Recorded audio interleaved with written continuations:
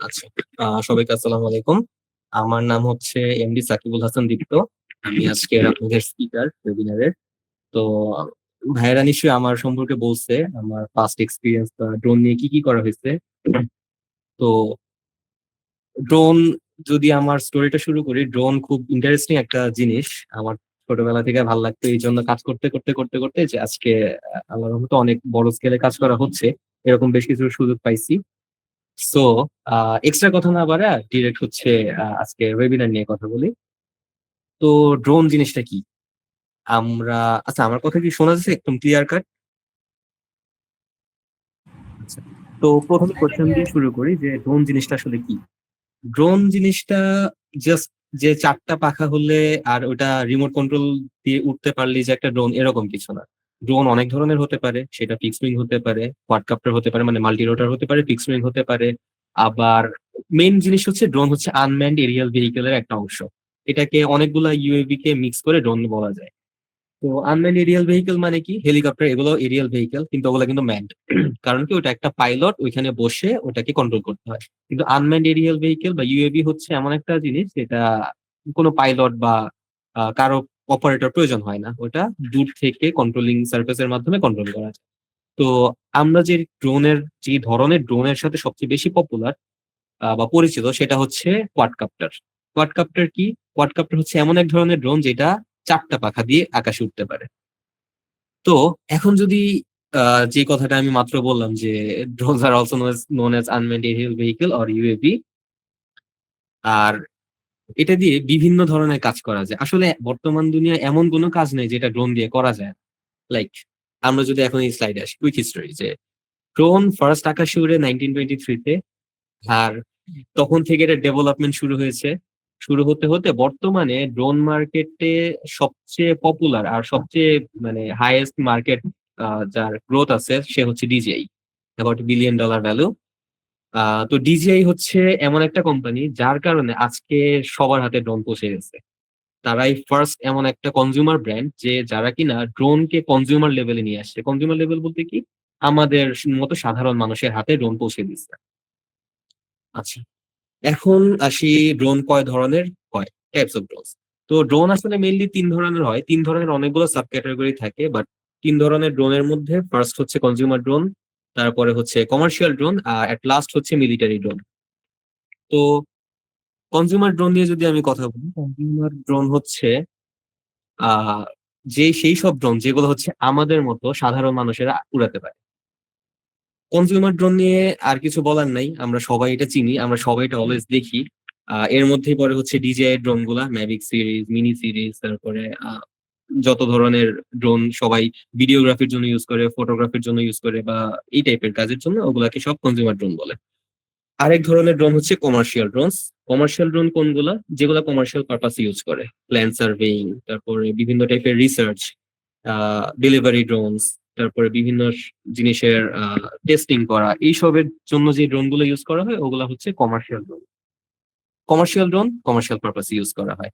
এখন আসি military drone সম্পর্কে। বর্তমানে মিলিটারি সেক্টরে ড্রোন খুবই পপুলার। দি মোস্ট পপুলার নতুন যেই ওয়েপন গুলা বলা যায় বা একটা টুল বলা যায়, সেটা হচ্ছে মিলিটারি ড্রোন। মিলিটারি ড্রোন এত পপুলার কেন? কারণ এটা এমন একটা জিনিস বাঁচাতে পারে যেটা অন্য কোনো কিছু না। সেটা হচ্ছে হিউম্যান লাইফ। আচ্ছা, এখন আসি মিলিটারি ড্রোন আহ কেন এত পপুলার। কারণ হিউম্যান লাইফ বাঁচাতে পারে। এছাড়া কি আর কোনো রিজন নাই? অবশ্যই রিজন আছে, মানুষকে সেফ রাখতেছে, প্লাস আমাদের ওয়ারফেয়ার এর কস্ট কমাচ্ছে। এছাড়া অনেকগুলো রিজন আছে যেটা আমরা ইন ফিউচার আস্তে আস্তে জানতে পারবো এটার পরের স্লাইড গুলোতে। তো ভাই, আমার একটা কোয়েশ্চেন ছিল। লাইক বলতে গেলে যেটা হলো আপনার যে ড্রোন গুলো দেখেন, তাহলে আমরা কি লাইক কমার্শিয়াল ড্রোন নেই মোস্টলি কাজ করব? আচ্ছা, এখন ড্রোনের যে কোয়েশ্চেনটা করা হলো যে কমার্শিয়াল ড্রোন নিয়ে কাজ করবো কিনা, এটা আসলে ডিপেন্ড করে। কনজিউমার ড্রোন হচ্ছে সেই সব ড্রোন গুলা যেটা হচ্ছে বেসিক কনজিউমারের জন্য তৈরি হয়। ওইটা আসলে আমরা সচরাচর বানাই না, ওই ড্রোন গুলা বানায় হচ্ছে ডিজিআই এর মতো কোম্পানি। তারা হচ্ছে নির্দিষ্ট কিছু, যেমন একটা ফোন, এক একটা ফোন এক এক জিনিসে ভালো, লাইক ডিজিআই এক একটা ড্রোন এক একটা সেক্টরে ভালো। তো যেই কনজিউমার যেই জিনিসটা তার প্রয়োজন, তার যদি ভালো ক্যামেরা প্রয়োজন হয় সে ওই ড্রোনটা কিনবে। তার যদি ভালো ফ্লাইট টাইম প্রয়োজন হয় বা স্টেবিলিটি প্রয়োজন হয় বা ওইরকম ফ্লাইট ডাইনামিক্স প্রয়োজন হয়, সে ওই জিনিসগুলো কিনবে। আর কমার্শিয়াল ড্রোনের যে কথা হচ্ছে, কমার্শিয়াল ড্রোন হচ্ছে কমার্শিয়াল পারপাসে বানানো হয়। আর ইন্ডাস্ট্রিয়াল পারপাসে অনেকগুলো ড্রোন বানানো হয়, তবে ইন্ডাস্ট্রিয়াল ড্রোনের একটা ধরনই হচ্ছে আসলে কমার্শিয়াল ড্রোন। আমরা যেটা কাজ করি, আমরা আসলে ডিআইওয়াই ড্রোন নিয়ে সবচেয়ে বেশি কাজ করি। আমাদের মতো যারা কি বলে এনথুজিয়াস্ট আছে। ডিআইওয়াই ড্রোন কি, ওইটা আমি ইন ফিউচার একটু আলোচনা করব। আপাতত হচ্ছে ফিউচার অফ ড্রোনস দিয়ে শুরু করতেছি। ওকে, আর কোনো কোশ্চেন?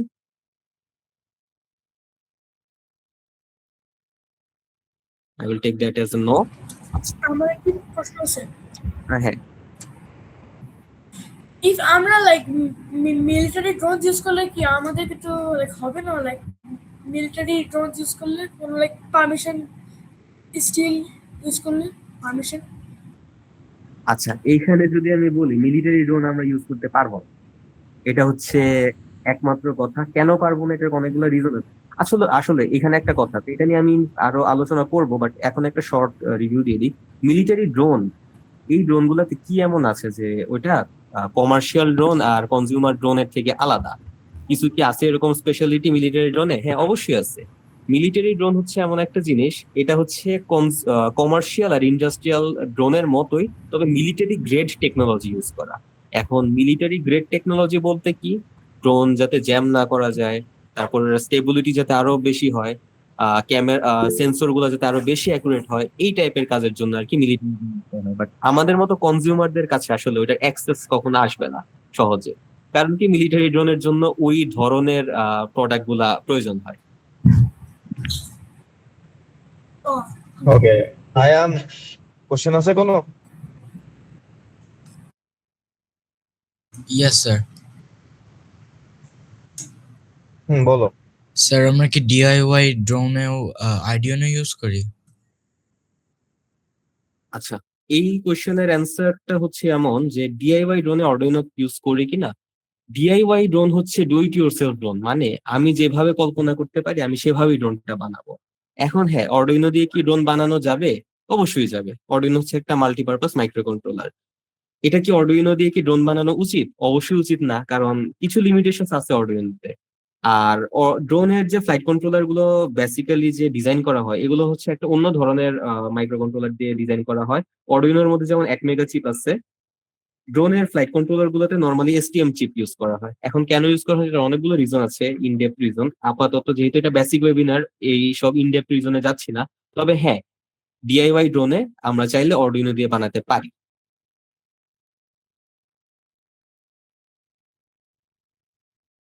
তো ভাই আমার একটি প্রশ্ন আছে। জি, বুঝি নাই কথাটা। আমার একটি প্রশ্ন আছে। হ্যাঁ হ্যাঁ, প্রশ্ন প্রশ্ন। করে ফেলো, আজ করার দরকার নাই। আচ্ছা, তাহলে আমি কন্টিনিউ করি।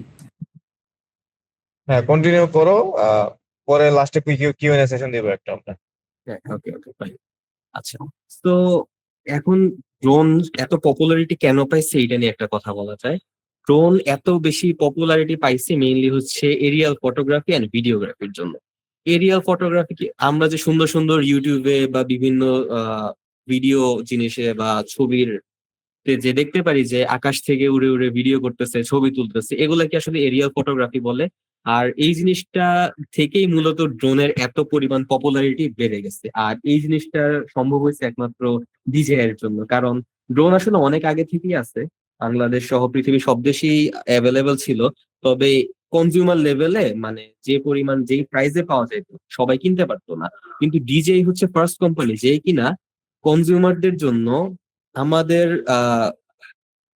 কনজিউমারদের জন্য এমন প্রাইস রেঞ্জে ড্রোন আনছে যে সবাই ওটা কিনে উড়াতে পারে।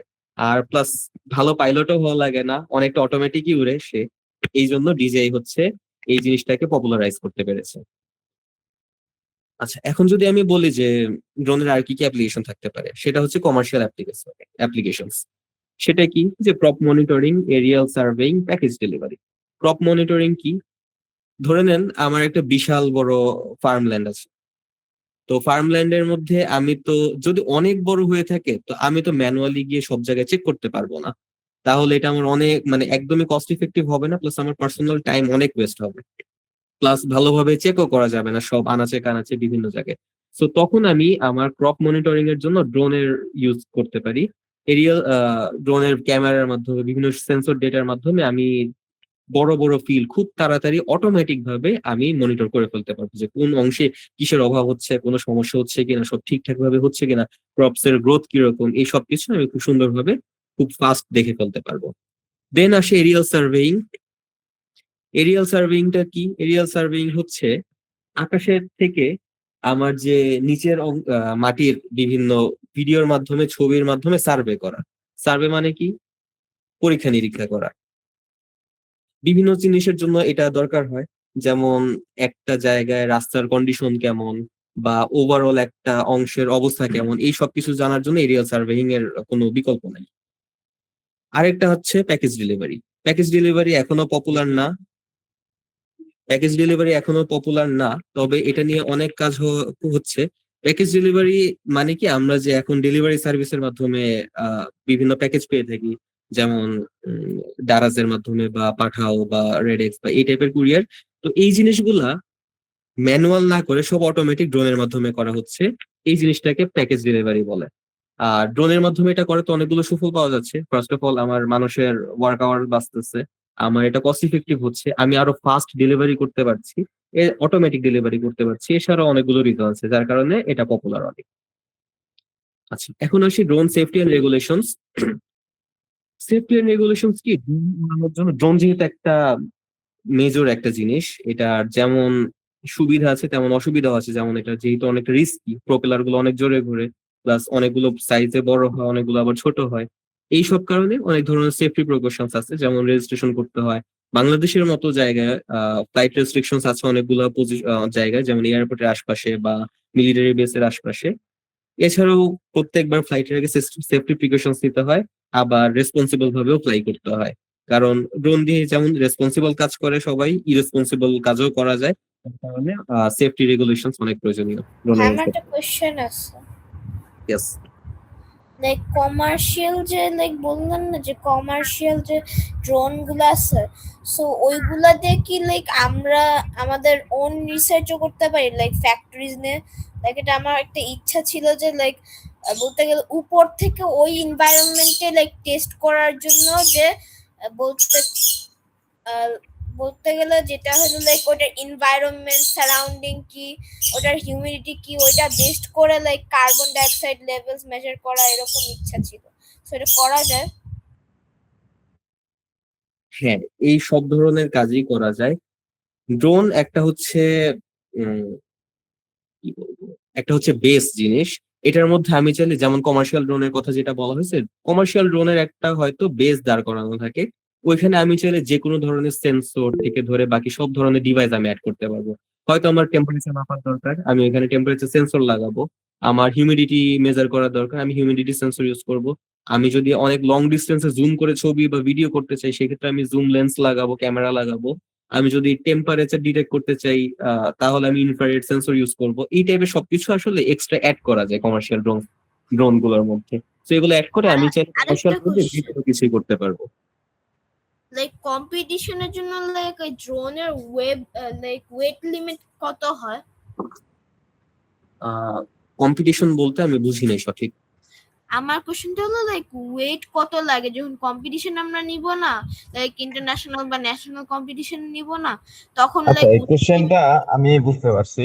এখন বাংলাদেশ এন্ড ইন্টারন্যাশনাল পার্সপেক্টিভে দুই টাইপের কম্পিটিশন হয়। একটা হলো প্রজেক্ট লোকেন, মানে কাস্টমাইজ প্রজেক্ট শোকেসিং ড্রোন, আর একটা হলো এফপিভি রেসিং। এফপিভি হলো ফার্স্ট পারসন ভিউ রেসিং, ঠিক আছে? এফপিভি রেসিং এর ক্ষেত্রে তোমাকে একটা এরিনা দিয়ে দিবে।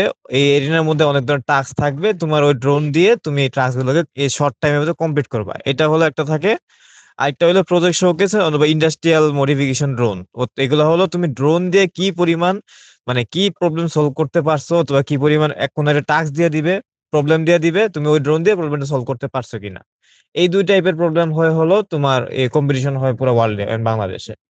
এখন ডিপেন্ড করে তুমি কিসে পার্টিসিপেট করতেছো, রুল বুকের উপর ফুলি ডিপেন্ড করে। রুল বুক আবার ডিফারেন্স হয়, রুল বুকের মধ্যে প্রত্যেকবার চেঞ্জ হয় এই ডাইমেনশন গুলা।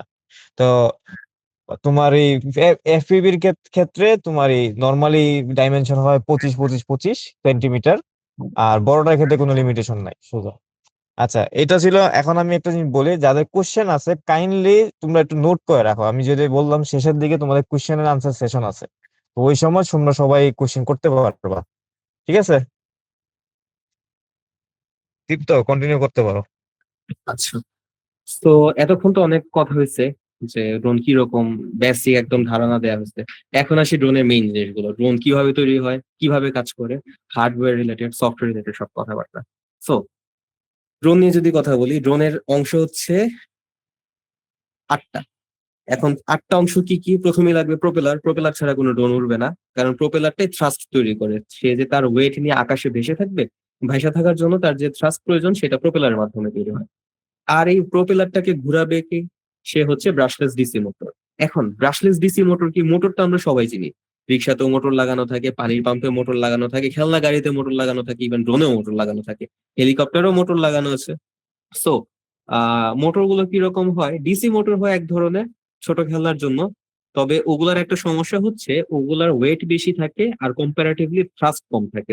মানে ওটার হচ্ছে ওজনের তুলনায় তার পাওয়ার আউটপুট কম, যার কারণে আমরা ড্রোন বা এই সিরিয়াস জিনিসের জন্য ওগুলো ইউজ করতে পারি না। সেই ক্ষেত্রে আমাদের ইউজ করতে হয় brushless DC motor. Brushless DC মোটরের সুবিধা কি? ব্রাশলেস ডিসি মোটরের সুবিধা হচ্ছে এটা অনেক ছোট। প্রথম কথা, লাইট ওয়েট, সাইজে ছোট হয়। আমরা যেগুলোর জন্য আর কি বানাই হবি গ্রেডেড ড্রোন গুলা, সেগুলোর মোটর গুলো সাইজে ছোট হয়, লাইট ওয়েট হয়, আর অনেক ফাস্ট ঘুরতে পারে। সো থ্রাস্ট হয় অনেক বেশি। এখন এই মোটর গুলো যদি কন্ট্রোল করতে চাই, এটা আমি আসলে সিম্পল ভোল্টেজের মাধ্যমে কন্ট্রোল করতে পারবো না। এটা কন্ট্রোল করার জন্য আমার একটা স্পিড কন্ট্রোলার লাগে, যেটা হচ্ছে ইলেকট্রনিক স্পিড কন্ট্রোলার। সেটাকে ইএসসি বলে। ইএসসি ফুল ফর্ম হচ্ছে ইলেকট্রনিক স্পিড কন্ট্রোলার। ইএসসি কি করে? ইএসসি হচ্ছে সিগন্যালের মাধ্যমে ড্রোনের মোটর গুলোকে কন্ট্রোল করে। এখন একটা কোশ্চেন আসতে পারে যে ওয়াই আমি ইএসসি, ব্রাশলেস মোটর বা ইলেকট্রনিক্স এর ঝামেলায় পড়বো? আমরা অলওয়েজ দেখতেছি সেই রাইট ব্রাদার্স এর প্লেন থেকে তারপরে আজকের হেলিকপ্টার পর্যন্ত সবাই কিভাবে উঠতেছে? গ্যাসোলিন ইঞ্জিনের মাধ্যমে। যে ইঞ্জিন গুলো গ্যাসের মাধ্যমে, পেট্রোলিয়াম বেসড ফিউলের মাধ্যমে চলতেছে। সো ওয়াই কনজিউমার ড্রোন বা মিডিয়াম কমার্শিয়াল ড্রোন বা ইন্ডাস্ট্রিয়াল ড্রোনও কেন ইলেকট্রিক হয়ে থাকে? কারণ একটাই, মেকানিক্যাল ভাবে ড্রোন কন্ট্রোল করা খুবই টাফ। একটা হেলিকপ্টারের একটা সিঙ্গেল রোটর কন্ট্রোল করা যতটা না ইজি, সেম জিনিসটা যখন একটা ড্রোনের ক্ষেত্রে, একটা মাল্টি রোটার ড্রোনের ক্ষেত্রে, যেটা কোয়াডকপ্টার হতে পারে, ট্রাইকপ্টার হতে পারে, হেক্সাকপ্টার মানে 6টা রোটরের হতে পারে, সেই ক্ষেত্রে এই জিনিসটা অনেক কমপ্লেক্স হয়ে যায়। যার কারণে আমাদের এটা স্পিড কন্ট্রোলের মাধ্যমে কন্ট্রোল করতে হয় মোটরগুলো। আর মোটর স্পিড কন্ট্রোলার বা ইলেকট্রনিক স্পিড কন্ট্রোলার দিয়ে আমার সুবিধা কি হয়? প্রতি সেকেন্ডে আমি চাইলে মোটর স্পিড কয়েকশো বার বাড়াতে পারি, কমাতে পারি, যার কারণে ড্রোন হচ্ছে একদম স্টেবল ভাবে আকাশে ভেসে থাকতে পারে। ওকে, ফ্রেম তো লাগবে। এই সবকিছু যে আমি মাউন্ট করবো, মাউন্টিং এর জন্য ফ্রেম লাগবে। ফ্রেম ছাড়া এটা হ্যাঁ, মাউন্ট করা যাবে ইএসসি না। কথাতে কি তা আবার বুঝাবা? ইএসসি কি? আচ্ছা, ইএসি হচ্ছে ইলেকট্রনিক স্পিড কন্ট্রোলার। আমরা ডিসি মোটর সবাই চিনি, ব্রাশড ডিসি মোটর সবাই চিনি। সেটা হচ্ছে যে কোনো খেলনা গাড়িতে যে মোটর গুলো পাওয়া যায়, 2টা তার দিয়ে যে চালানো যায়, সেগুলোকে ব্রাশড ডিসি মোটর বলে। এখন ব্রাশড ডিসি মোটরের সমস্যাটা হচ্ছে একটা, যে ওটার ওয়েট বেশি হয় আর ওটা এত বেশি স্পিডে ঘুরতে পারে না, যার কারণে আমাদের ব্রাশলেস ডিসি মোটর ইউজ করতে হয়। ব্রাশলেস ডিসি মোটরের সুবিধাটা কি? ব্রাশলেস ডিসি মোটরের সুবিধা হচ্ছে এটা অনেক ফাস্ট ঘুরতে পারে, এটার আরপিএম মানে রাউন্ডস পার রোটেশনস পার মিনিট অনেক বেশি হয়, প্লাস এটার ওয়েট অনেক কম হয়। লাইক একটা 50 থেকে 60 গ্রামের একটা মোটর অলমোস্ট 700 গ্রাম থ্রাস্ট দিতে পারে।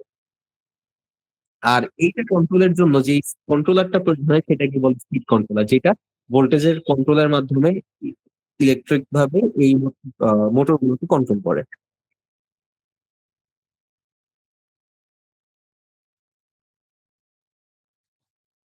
আহ হ্যাঁ হ্যাঁ, ওটা আমি সবার শেষে একটা কমপ্লিট ড্রোনের মধ্যে আমি দেখায় দিব।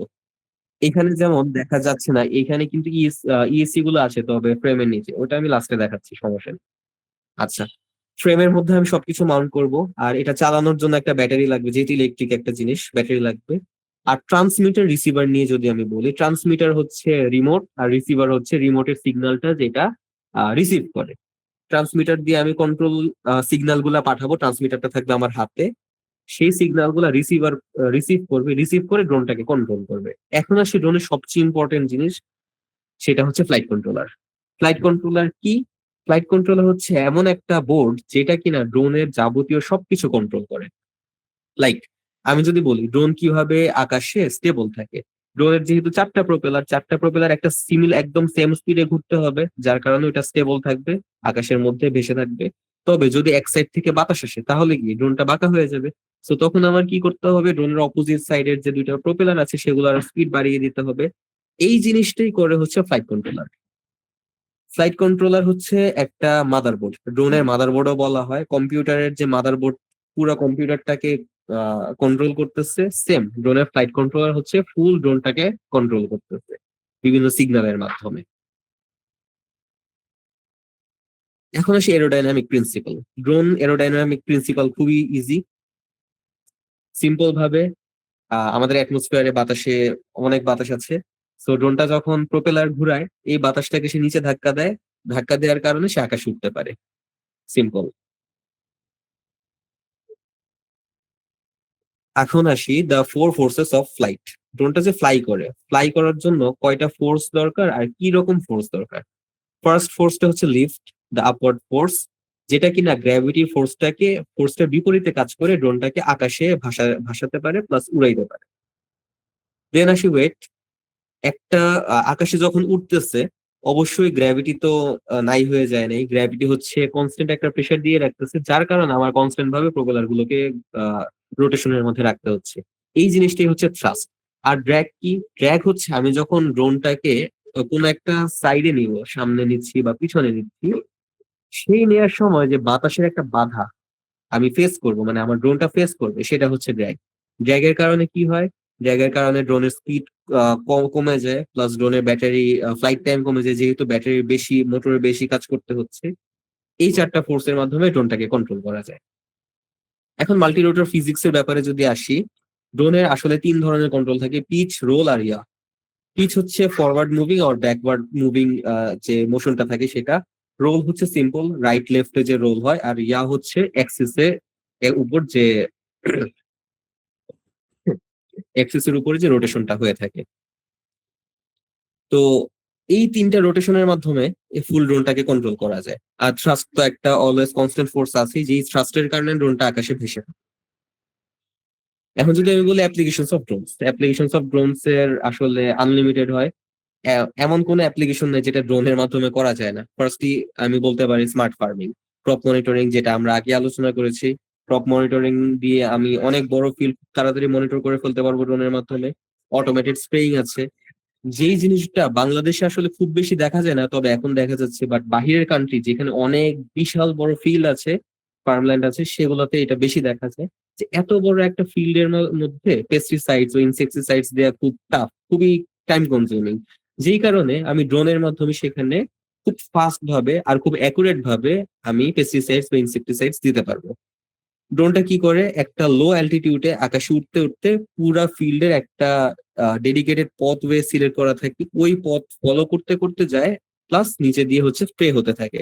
সো একটা ইভেন সার্ফেসের মধ্যে এই জিনিসটা খুব সুন্দরভাবে স্প্রে করতে পারে ড্রোনের মাধ্যমে। আর এটা ড্রোন ইউজ করার মেইন জিনিস কারণটাই হচ্ছে কস্ট ইফেক্টিভনেস আর টাইম বাঁচানোর জন্য। এখন আসি অ্যাপ্লিকেশনস অফ ড্রোনের আরেকটা অংশ, যেটা হচ্ছে লাস্ট মাইল ডেলিভারি। আমরা ডেলিভারি ড্রোনের কথা বললাম। ডেলিভারি ড্রোন দিয়ে কি হয়, প্যাকেজ ডেলিভারি করা হয়, বিভিন্ন ধরনের ডেলিভারি কাজে ইউজ করা হয়। কিন্তু এটার একটা স্পেশাল অংশ আছে, মেডিকেল ডেলিভারি আর ই কমার্স। ই কমার্স নিয়ে তো আমরা কথা বললাম যে খুব র্যাপিড ভাবে, কস্ট ইফেক্টিভ ভাবে, অ্যাকুরেট ভাবে প্যাকেজ পার্সেল এইসব ডেলিভার করা যায় আর খুব ফাস্ট হয় জিনিসগুলা। তবে মেডিকেল ডেলিভারি হচ্ছে স্পেশাল একটা অংশ। মেডিকেল ডেলিভারি সার্ভিস গুলো কি হয়, এই সার্ভিসের মাধ্যমে মেডিকেল ইমার্জেন্সির জন্য যে প্রোডাক্ট গুলা প্রয়োজন হয়, যেমন আমি যদি বলি যে অনেক সময় হয় কি প্রত্যন্ত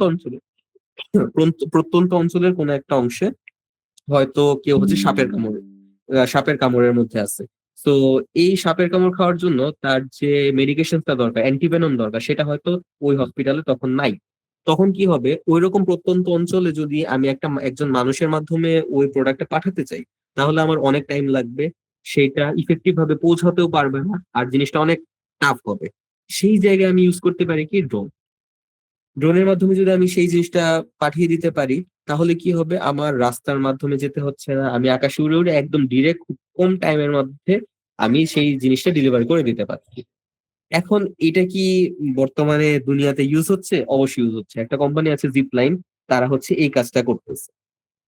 এছাড়াও যদি আমি বলি যে আরো দরকারি জিনিসপত্র থাকে, যেমন মনে করেন একটা পাহাড়ের উপরে আমার হচ্ছে খাবার নিতে হবে, একটা বিশাল বড় পাহাড়, আমার ওইখানে একদম উপরে হচ্ছে মানুষজন থাকে বিভিন্ন রিসার্চের জন্য বা যে কোনো কারণে হোক, তো আমার ওইখানে খাবার অলওয়েজ নিতে হয়। এই খাবারটা নেওয়ার জন্য আমার আগে যেখানে একজন মানুষের হচ্ছে বয়ে বয়ে জিনিসটা নিয়ে যেতে হতো বা খুব কষ্ট করে হচ্ছে ভয়ানক রাস্তা পার করে এই জিনিসটা নিতে হতো, সেটা আমি ড্রোনের মাধ্যমে পাঠিয়ে দিতে পারছি। যার কারণে আমার খাবারটা নেওয়া খুব সহজ হচ্ছে, প্লাস আমার টাইমও কম লাগতেছে। এই জন্য ড্রোনের আসলে অনেক ধরনের অ্যাপ্লিকেশন হয়, এগুলো জাস্ট কয়েকটা এক্সাম্পল। বিল্ডিং স্মার্টার, আমি যেটা বললাম যে কমার্শিয়াল ড্রোন ইউজের জন্য অনেকগুলো সেক্টর আছে: surveying, progress tracking, safety. Surveying কি হয়? সার্ভে করার জন্য বিভিন্ন ফিল্ড ইউজ করা হয় ড্রোন।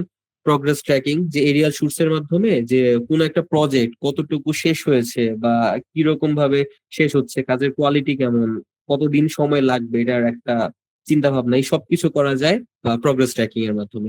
আর সেফটি ইন্সপেকশনের তো কোনো কথাই নেই, যেখানে আমার একটা বিল্ডিং এর উপরে উঠে আগে চেক করতে হতো মানুষের মাধ্যমে যে সবকিছু ঠিকঠাক আছে কিনা, আমি চাইলে সেখানে এখন ড্রোন পাঠিয়ে দিতে পারি। এছাড়াও ফায়ার ফাইটিং এর জন্য ড্রোন এখন তৈরি হচ্ছে, যেটা এখনো খুব বেশি পপুলার না, তবে খুব তাড়াতাড়ি হয়ে যাবে। যে স্কাই স্ক্রেপার গুলো আছে, অনেক লম্বা লম্বা বিল্ডিং, সেগুলা যে ক্লিনিং করতে হয় বা কালার করতে হয়, সেই কাজেও এখন ড্রোন ইউজ হচ্ছে। আসলে ড্রোনের কোনো মানে লিমিটেশনস নাই, যেটা আমি ভাবতে পারবো আমি সেটাই করতে পারবো ড্রোনের মাধ্যমে। ডিজাস্টার জোনের মধ্যে ড্রোন খুবই দরকার। কোন একটা প্রাকৃতিক দুর্যোগ হলো, হয়তো আমার রাস্তাঘাট সব নষ্ট হয়ে যেতে পারে বা ব্যবহার অনুপযোগী হয়ে যেতে পারে, বা একটা প্রাকৃতিক দুর্যোগের পরে যে ফার্স্ট রেসপন্ডার্সরা আছে, তারা কোথায় কোথায় যাবে, কেন যাবে, কিভাবে যাবে, এই সব কিছু সার্ভে করার জন্য ড্রোন ইউজ করা হয়। এই ড্রোনের মাধ্যমে তারা দেখতে পারে যে তাদের কিভাবে যেতে হবে, কিভাবে ওটা ট্যাকেল করতে হবে, কতটুকু বিপদ আছে, বা ওইখানে কি আদৌ মানুষ আছে কিনা।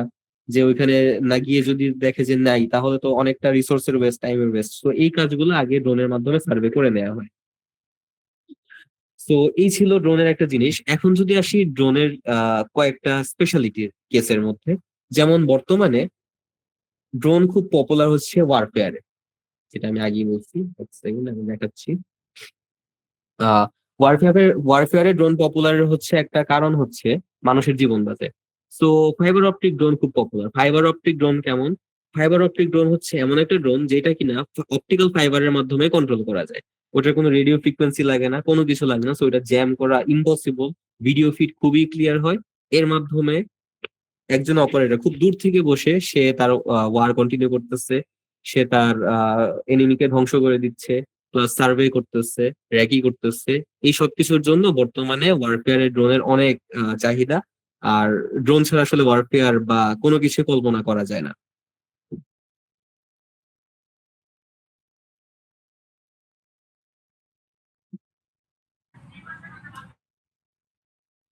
ওকে, তা আমরা অলমোস্ট শেষের দিকে চলে আসছি।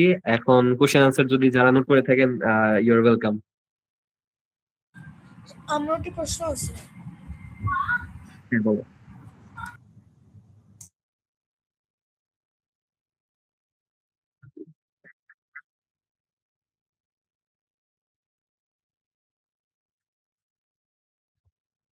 Second.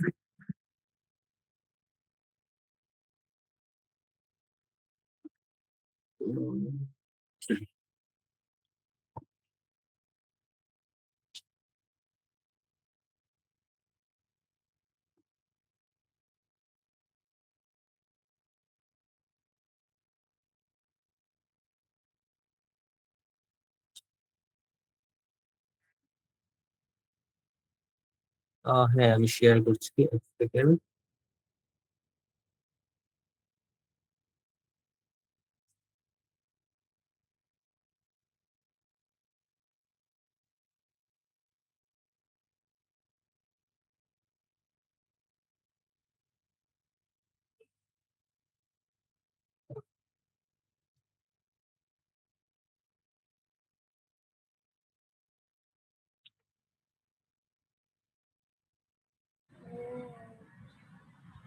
তো ভাই আমার প্রশ্নটা বলতে পারবো? প্রশ্নটা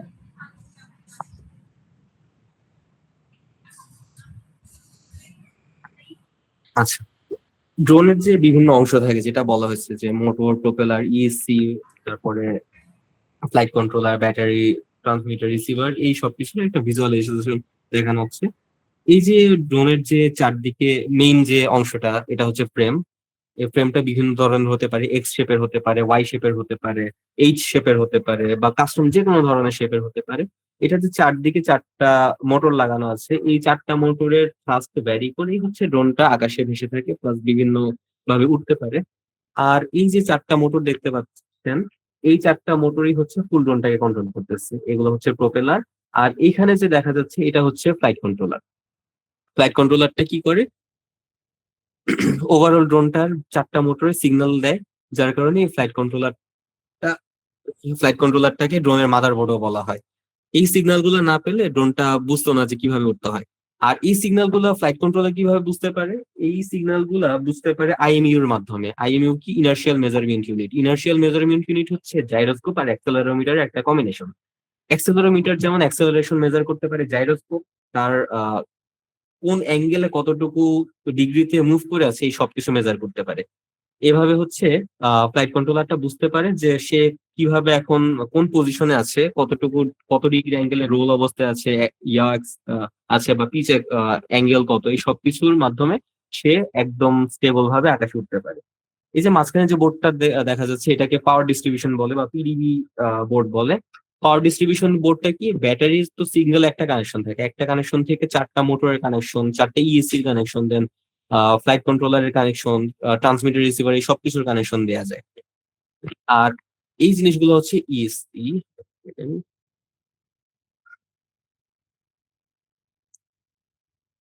আচ্ছা, আমি মনে মিস করছি, এরোডাইনামিক্স কি পার্টটা হইছে?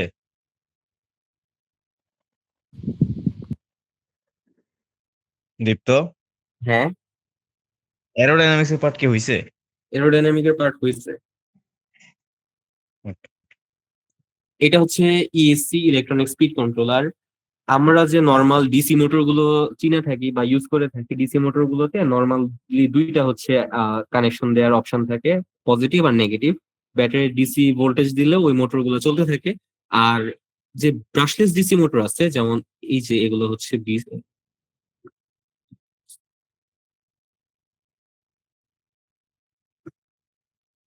এগুলো হচ্ছে ব্রাশলেস ডিসি মোটর। এই মোটর গুলোর হচ্ছে তিনটা কানেকশন থাকে, আর এই তিনটা কানেকশনকে চালানোর জন্য আমাদের হচ্ছে এই টাইপের একটা ইলেকট্রনিক স্পিড কন্ট্রোলার প্রয়োজন হয়। এই স্পিড কন্ট্রোলারটা কি করে, এই ব্রাশলেস মোটর গুলোকে ইলেকট্রনিক ভাবে সিগন্যাল পাঠিয়ে কন্ট্রোল করতে পারে। আর আমি আগেই বললাম যে কেন হচ্ছে এই ইএসসি ইউজ করতে হয় এই টাইপের মোটরের ক্ষেত্রে, কারণ এই মোটরগুলো খুবই এফিশিয়েন্ট, আর থ্রাস্ট টু ওয়েট রেশিও অনেক বেশি। এইটুকু একটা ছোট মোটর একটা বিশাল বড় ড্রোনকে আকাশে উড়াতে পারে, যার কারণে হচ্ছে আমাদের ব্রাশলেস মোটর ইউজ করতে হয় ড্রোনের ক্ষেত্রে। আর এটা হচ্ছে এফপিভি ট্রান্সমিটার। আমরা ড্রোনের কথা তো বললাম, কিন্তু ড্রোনের যে দুইটা যে ডিআইওয়াই ড্রোন হয়, ডিআইওয়াই ড্রোনের দুইটা অংশ হয়। একটা হচ্ছে নর্মাল রিসার্চ পারপাসে যে ড্রোন গুলো বানায় সবাই, বড় সাইজের ড্রোন গুলো, সেগুলোতে অনেক ধরনের সেন্সর থাকে, অনেক কিছু অ্যাড থাকে, ইকুইপমেন্টস অ্যাড থাকে। ওইটা হচ্ছে এক ধরনের ড্রোন। আরেক ধরনের ড্রোন হচ্ছে এফপিভি ড্রোন। এফপিভি ড্রোন হচ্ছে ফার্স্ট পার্সন ভিউ এর ড্রোন। ফার্স্ট পার্সন ভিউ এর ড্রোন কিরকম হয়, এখানে একটা ক্যামেরা লাগানো থাকে। এই ক্যামেরার জন্য ড্রোনের সামনে যা যা দেখা যাচ্ছে এই সবকিছু আমরা আমাদের চোখের সামনে দেখতে পারি, একটা মনিটরে দেখতে পারি বা গগলস এর মাধ্যমে দেখতে পারি। এই ড্রোনটার স্পেশালিটি কি, এই ড্রোনটার স্পেশালিটি হচ্ছে এটা অনেক ছোটখাটো হয়, লাইট ওয়েট হয়, এটার অনেক পাওয়ার থাকে, সো এটা দিয়ে রেসিং করা যায়। প্লাস ভিডিওগ্রাফি অন্য রকমের করা যাবে, যেহেতু এফপিভি। এটা ক্যামেরাটা সামনে থেকে ফার্স্ট পার্সন ভিউ এর মাধ্যমে থাকে। আর এখানে যে পিছনে যে অ্যান্টেনাটা দেখা যাচ্ছে, এটা হচ্ছে এফপিভি ক্যামেরার অ্যান্টেনা। এই ক্যামেরাতে যা যা দেখা যাচ্ছে, এই অ্যান্টেনার মাধ্যমে যে সিগন্যাল গুলো পাঠায়, ওই সিগন্যালটাই হচ্ছে আমাদের গগলস এর মাধ্যমে, এফপিভি গগলস এর মাধ্যমে আসে। আর ওই জিনিসটি আমরা চোখের সামনে দেখতে পারি, যেমন এখানে একজন উড়াচ্ছে, যে এই জিনিসটাকে বলে এফপিভি গগলস। এই গগলস এর মাধ্যমে আমরা ভিডিওটাকে দেখতে পারি, এই ড্রোনের সব ভিডিও।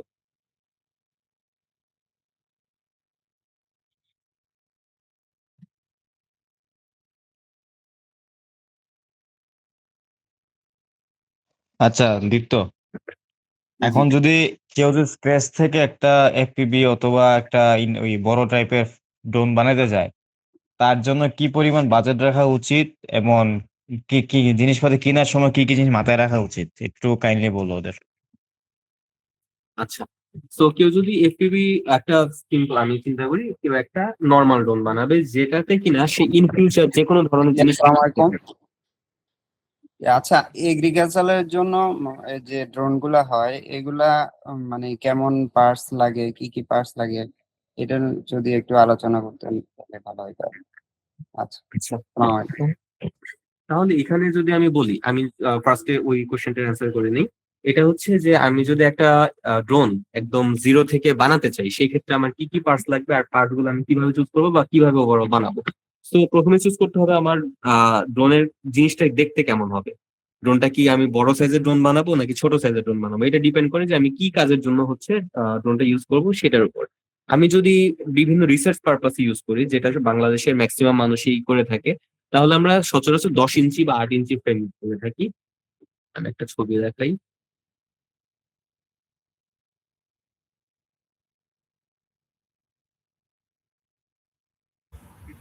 হ্যাঁ, আমরা 10 ইঞ্চি যেটা বললেন না, 10 ইঞ্চির ফ্রেম ইউজ করি। সো সে সময় কি আমরা লাইক 25x25 রেশিও ইউজ করতে পারবো?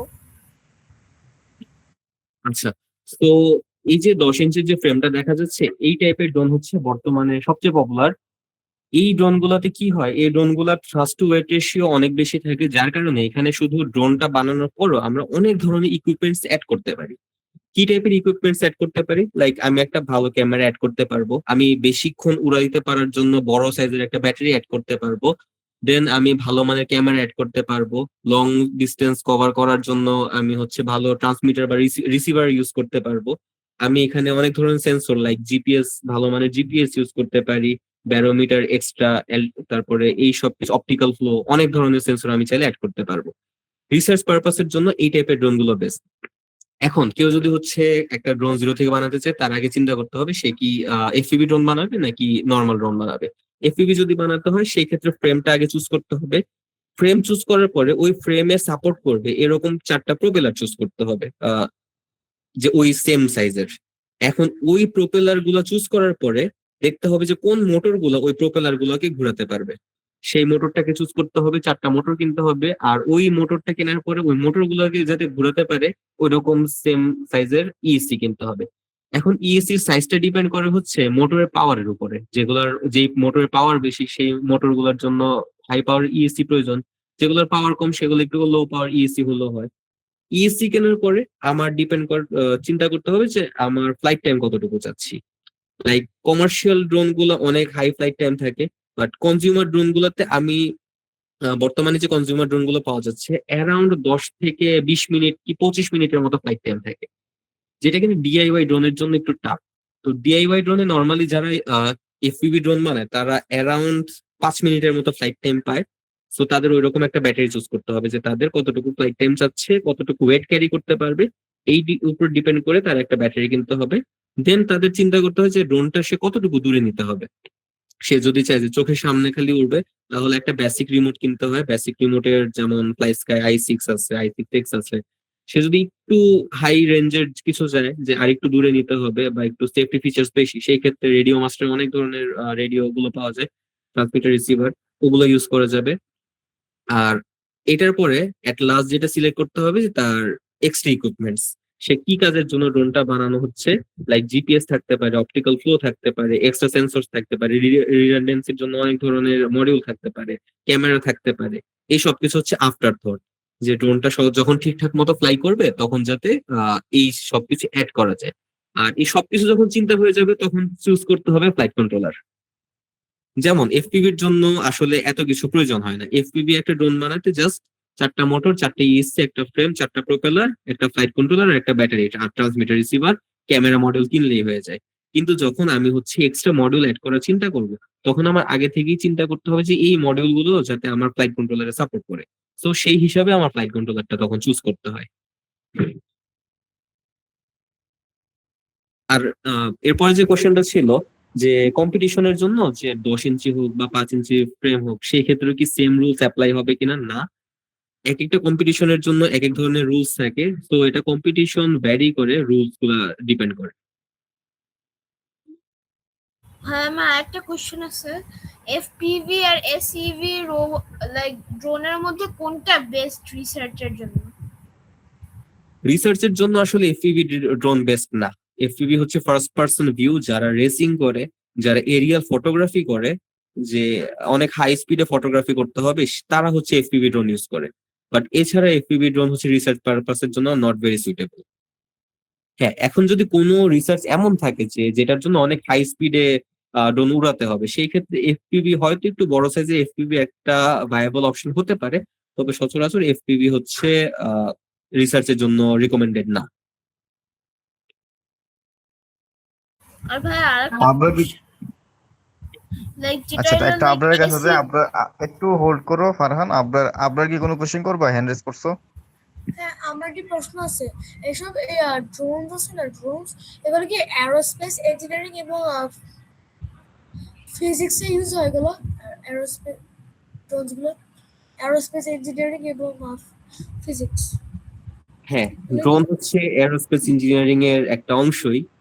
কারণ কি, আমরা যখন হচ্ছে, আমি একটা এক্সাম্পল দিয়ে জিনিসটা ক্লিয়ার করি, আমরা যখন হচ্ছে কোনো একটা এরিয়াল ভেহিকেল ডিজাইন করি, লাইক হেলিকপ্টার, মনে করো আমি একটা হেলিকপ্টার ডিজাইন করব যেটা মানুষ নিয়ে আকাশে উড়বে। তো আমি কি করব, ওই জিনিসটার একটা ছোট ভার্সন আগে তৈরি করার চেষ্টা করব, যেটা কিনা একদম অ্যাকুরেট স্কেলে ছোট হিসাবে থাকবে। ওইটাকে আমি উড়ে আমি সব ধরনের টেস্টিং করবো। সো ড্রোন আসলে ওরকম একটা প্ল্যাটফর্ম হিসাবে ইউজ হয় কিছু ক্ষেত্রে, যে যেখানে আমি একজন পাইলটের জীবন রিস্ক করার আগে আমি একটা ড্রোনকে রিস্ক করতে পারি, সেই সবের জন্য ড্রোন ইউজ করা হয়। আর হ্যাঁ, বিভিন্ন টাইপের রিসার্চ, যে ম্যাটেরিয়াল সায়েন্স বলো, বা ব্যাটারি ক্যাপাসিটি বলো, বা ট্রান্সমিশন রেঞ্জ বলো, বা ক্যামেরা হচ্ছে সার্ভেলেন্স এর জন্য ইউজ করা, এছাড়া অনেক ধরনের কাজ আছে যেগুলোর জন্য আমি বড় স্কেলে ইন্ডাস্ট্রিয়াল কিছু করার লাগে, আর ছোট স্কেলে ড্রোনের মাধ্যমে ওই জিনিসগুলো করে নিব। হ্যাঁ, আমার কোশ্চেনটা এখন অ্যান্সার করবেন?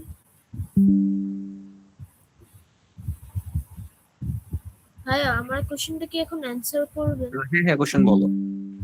আমার কোশ্চেনটা ছিল লাইক এসইভি যে রোবটস গুলা লাইক ড্রোন গুলা আছে না, সেগুলা কি লাইক আমাদের 10 ইঞ্চ ফ্রেমে বানাইতে হবে, বা 25:25 রেশিও বেস্ট হয় ওটার জন্য, নাকি অন্য রেশিও আর ইঞ্চ ফ্রেম বেস্ট হয় ওটার জন্য? আচ্ছা, এখানে আমি একটা জিনিস বলি, এটা অনেক, হয়তো অনেকে বলবে যে এটা হ্যাঁ 10 ইঞ্চি বেস্ট হবে বা 8 ইঞ্চি বেস্ট হবে, এটা আসলে এরকম কোনো ফিক্সড রুল নাই। এটা ডিপেন্ড করে অনেক কিছুর উপরে ডিপেন্ড করে, লাইক আমার হচ্ছে থ্রাস্ট আসলে কতটুকু দরকার, আমার ফ্লাইট টাইম কতটুকু দরকার। তো শুধু আসলে একটা ক্যাটাগরির উপর বেস করে এটা এভাবে বলা যায় না যে এটা কি কোন ফ্রেমটা বেস্ট হবে। এক একটা ফ্রেম আসলে এক এক জিনিসের জন্য বেস্ট। আর এক একটা জিনিসের জন্য বেস্ট হওয়ার পরও যদি হালকা পাতলা একটু কিছু চেঞ্জ করা হয়, সেই ক্ষেত্রে আবার অনেক ধরনের রিকোয়ারমেন্টস চেঞ্জ হয়ে যায়। তখন হয়তো 10 ইঞ্চির জায়গায় 8 ইঞ্চি ভালো, বা 6 ইঞ্চি ভালো, বা 5 ইঞ্চি ভালো, অথবা 2.5 ইঞ্চিও ভালো হতে পারে। তো ডিপেন্ড করে হচ্ছে যে এক্সাক্ট রিকোয়ারমেন্টসটা কি। আর ভাইয়া আমাদের লাইক এফপিভি যে ট্রান্সমিটার আছে, ওইটা কি শুধু এফপিভি ড্রোনের জন্য ইউজ করবো, নাকি এসইভি ড্রোনসও এফপি ট্রান্সমিটার ইউজ করে? আচ্ছা, ট্রান্সমিটারের যে কথাটা বললা, ট্রান্সমিটার আসলে এফপিভির জন্য স্পেসিফিক ধরনের কোনো ট্রান্সমিটার নাই। ট্রান্সমিটার হচ্ছে জাস্ট ট্রান্সমিটার, সে হচ্ছে তার ডেটা ট্রান্সমিট করবে, রিমোটের যত ডেটা আছে সে সবকিছু ট্রান্সমিট করবে, আর রিসিভার জাস্ট রিসিভ করবে। সো এটা আমি এফপিভি তো ইউজ করতে পারি। ইভেন আমি ওই সেম ট্রান্সমিটারটা আমি বড় বড় কমার্শিয়াল ড্রোনও যদি ইউজ করি, ইন্টিগ্রেট করে দিই, তাহলে ওই সেম হবি গ্রেডেড ট্রান্সমিটারটা, মানে খেলনা ট্রান্সমিটারটা, ওই বড় সাইজের ড্রোন গুলোকে কন্ট্রোল করবে। তো ট্রান্সমিটারটা আসলে জাস্ট কন্ট্রোল করার জন্য ইউজ করা হচ্ছে, এটা ডিপেন্ড করে না যে আমি কি এফপিভি কন্ট্রোল করছি নাকি অন্য কিছু করছি, বা অন্য কোনো একটা রোবট করতেছি। ট্রান্সমিটারটা জাস্ট কন্ট্রোল করার জন্য ইউজ করা হচ্ছে। সো এটা ডিপেন্ড করে না আসলে যে এফপিভির কন্ট্রোল হবে নাকি অন্য কোনো কিছুর কন্ট্রোল হবে।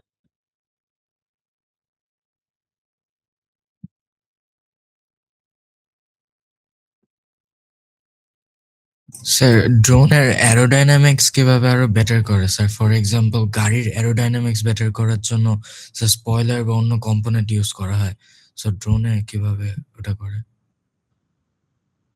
আচ্ছা, এরোডাইনামিক্স এর কথা যদি বলি, গাড়ির স্পয়লার ইউজ করা হয় ড্র্যাগ রিডিউসের জন্য, as far as I know. আমি গাড়ির ইঞ্জিনিয়ার না, বাট যতটুকু শখের কারণে দেখছি স্পয়লারটা ইউজ করা হয় গাড়ির ড্র্যাগ একটু রিডিউস করার জন্য, যাতে ফিউল এফিশিয়েন্ট হয়, আরো হাই স্পিডে চালানো যায়, এইসব রিজনের জন্য, বা স্টেবিলিটি আর একটু ভালো হয়। তো এই জিনিসটা আসলে ড্রোনের ক্ষেত্রে আমার প্রয়োজন নেই তেমন একটা। কারণ কি, ড্রোন সচরাচর ওই ধরনের কাজের জন্য ইউজ করা হয় না।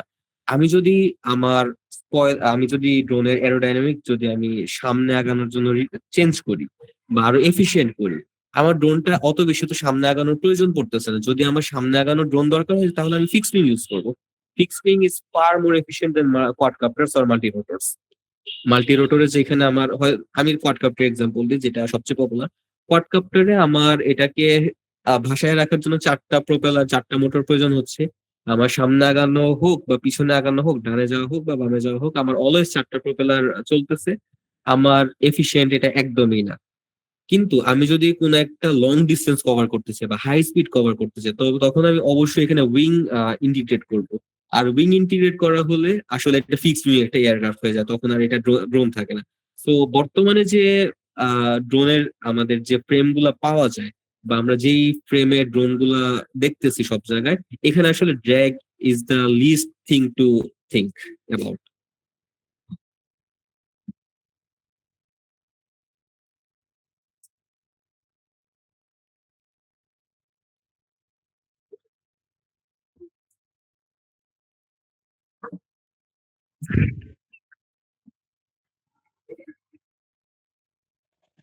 আচ্ছা, তো কোনো এখন যেহেতু কোশ্চেন মোটামুটি কারো নাই, ইজ দেয়ার এনিওয়ান, যদি কোশ্চেন না থাকে আমি জাস্ট বলবো, যারা কারো যদি এখন পর্যন্ত কোনো কনফিউজ থাকে যে একটা, যে আপনি কোনো ড্রোন বানাতে চান কিন্তু আপনি বুঝতেছেন না এখনো, স্টিল আপনি অনেক কিছু নিয়ে কনফিউজ, আপনি অবশ্যই, আমরা জেনটেক টিম অলওয়েজ ফ্রি আছি, 24/7 বলবো না, দিনে 16 ঘন্টা, আর সপ্তাহে 5 দিন আমরা খালি খোলা আছি, 2 দিন আমরা ছুটি নেই। তো এই ছুটি ছাড়া আমাদের যে জেনটেকের পেজ এন্ড কিউআর কোড, এখানে আমরা যে কোনো টাইমে মেসেজ করবেন, যে কোনো ধরনের কোয়েরি, শুধু ড্রোন না, ড্রোন, সোকার, রোবট, আপনার যে কোনো রোবোটিক প্রজেক্টে শুরু করে ওয়ার্ল্ড অলিম্পিয়াডে পার্টিসিপেশন নিয়ে গাইডেন্স থেকে শুরু করে, আপনার যে কোনো কোনো প্রোডাক্ট নিয়ে বা যে কোনো কোনো রোবোটিক্স প্রবলেম নিয়ে যদি আপনি কোনো প্রবলেম ফেস করেন, আমাদেরকে অলওয়েজ করবেন, নোটিফাই করবেন মেসেঞ্জারের থ্রু হয়ে। আমরা প্রিফার করি মেসেঞ্জার এন্ড হোয়াটসঅ্যাপ, এই দুইটা থ্রু। আমাদের এক্সপার্ট টিম এবং ইঞ্জিনিয়ার্সরা আপনাদেরকে সর্বোচ্চ চেষ্টা করবে আর কি, আপনাদেরকে হেল্প করার জন্য, যে কোনো ধরনের। ঠিক আছে, তো আপাতত যদি কোনো কোশ্চেন না থাকে, আমি একটা আপনাদেরকে শাউট আউট দিতে চাই। আপনাদের সামনে এতক্ষণ যারা কোশ্চেন করছেন, মানে ম্যাক্সিমাম যেহেতু কোশ্চেন করেন না, মানে আমি ধরে নিব যে আপনাদের হয়তো আইডিয়া ছিল আগে থেকে। তো আজকে তারা যারা কোশ্চেন করছেন, আবরার, আয়ান এবং ফারহান, আমি যদি বলি ওদের এজ হলো 12 and 13, মানে ওরা একজন ক্লাস 6-এ পড়ে এবং ক্লাস 7-এ পড়ে। মানে ওদের এনথুজিয়াস্ট দেখে আমাদের আগ্রহ জাগে যে আপনাদেরকে আমি আরো কিছু শিখাই। আমরা আমরা ওদের দ্বারা, আমরা ওদের থেকে উল্টা আরো ইন্সপায়ার হই আর কি। তো ওরাও চেষ্টা করতেছে, এটাই আমাদের মোটিভ, যে আমরা এটলিস্ট কিছু একটা করতে পারতেছি, যে ছোট ছোট থেকে সবাইকে শিখাইতে পারতেছি। তো আমাদের মোটিভ একটা এক্সাম্পলই হলো ওরা। তো ফার্দার আমরা চেষ্টা করবো আরো এরকম ইনথুজিয়াস আনতে আপনাদের মধ্যে থেকে। আমরাই খুঁজতেছি বা আমরাই চেষ্টা করতেছি আহ যেন আপনারা কোনো কিছুতে একটা সাফিসিয়েন্ট বা কোনো একটা স্কিলড হন। তো আমি হানা সুলতান চৌধুরী, আমি জেনটেকের কো ফাউন্ডার। এই পর্যন্তই ছোটখাটো আমরা একটা সেশন ওয়েবিনার নিলাম, আপনাদের সাথে পরিচিত হইলাম। আচ্ছা, আমার সাথে কো ফাউন্ডার আছে, ধন্যবাদ কো ফাউন্ডার নকিবুল ইসলাম এবং ইনস্ট্রাক্টর দীপ্তকে। এবং ফাইনালি স্পেশাল থ্যাঙ্কস টু আমাদের গেস্ট রেজওয়ান, আমাদের এই ওয়েবিনারটা জয়েন করার জন্য। এন্ড আরো সবচেয়ে বড় বড় থ্যাঙ্কস সবাইকেই জানাচ্ছি যারা কষ্ট করে এই ওয়েবিনারকে জয়েন করছেন এবং আমাদের বক বক শুনছে নাকি এতক্ষণ।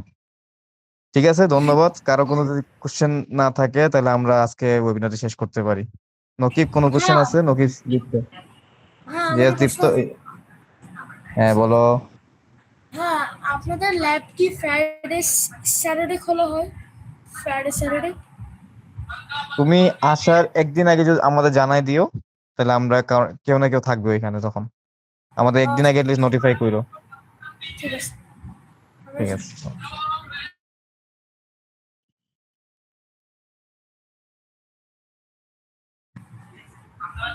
Long.